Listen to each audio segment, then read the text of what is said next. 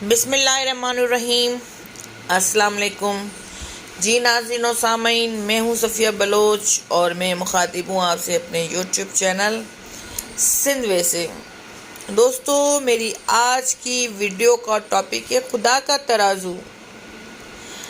ہر چیز کے دو پہلو ہوتے ہیں، ایک ظاہر اور ایک باطن۔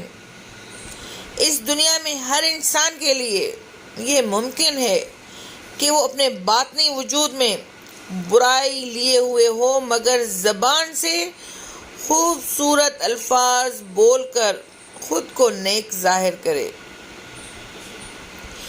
قیامت دراصل اس لیے آئے گی کہ ظاہری اور باطن کے اس فرق کو مٹا دے۔ قیامت کا زلزلہ ایسا شدید ہوگا کہ تمام ظاہری پردوں کو پھاڑ دے گا۔ ہر انسان کے اوپر سے اس کا ظاہری خول اتر جائے گا اور وہ اپنی اصلی اور حقیقی شکل میں سامنے آ جائے گا۔ وہ دن بھی کیسا عجیب ہوگا جب حقیقتوں سے پردہ اٹھایا جائے گا۔ کتنے لوگ آج انصاف کی کرسیوں پر بیٹھے ہوئے ہیں، اس دن وہ مجرموں کے کٹہرے میں کھڑے نظر آئیں گے۔ کتنے لوگ جو آج اہم ترین سمجھے جاتے ہیں، اس دن وہ کیڑے مکوڑوں سے بھی زیادہ حقیر دکھائی دیں گے۔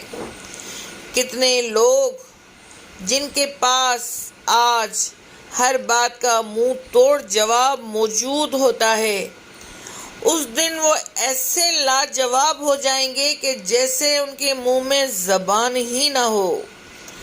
آج ایک شخص کے لیے ممکن ہے کہ وہ اپنے ہمسائے کو ستائے، اس کے باوجود اسے دینداری کے اسٹیج پر بیٹھنے کے لیے نمایاں جگہ ملی ہوئی ہو۔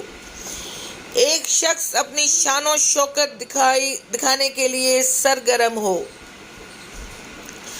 پھر بھی وہ مجاہد اسلام کے نام سے شہرت پائے۔ ایک شخص اپنے اکثر معاملات میں بے انصافیاں کرے، اس کے باوجود امن و انصاف کے اجلاس میں اس کو صدارت کے لیے بلایا جائے۔ ایک شخص کی تنہائیاں تو اللہ کی یاد سے خالی ہوں، مگر اجتماعات میں وہ اللہ کے نام کے جھنڈے گاڑتا پھرے۔ ایک شخص در پردہ ظلم کا مرتکب ہو رہا ہو، اس کے باوجود اخبارات کے پہلے صفحے پر اس کو مظلوموں کا حامی کی حیثیت سے نمایاں کیا جا رہا ہو۔ ہر انسان کی حقیقت خدا کے علم میں ہے، مگر دنیا میں خدا لوگوں کی حقیقت پر پردہ ڈالے ہوئے ہے۔ البتہ آخرت میں وہ ہر ایک کی حقیقت کھول دے گا۔ وہ وقت آنے والا ہے جب خدا کے ترازو میں ہر شخص کو تولا جائے گا۔ اس وقت کا آنا مقدر ہے، کوئی شخص نہ اس کو ٹال سکتا ہے اور نہ کوئی شخص خود کو اس سے بچا سکتا ہے۔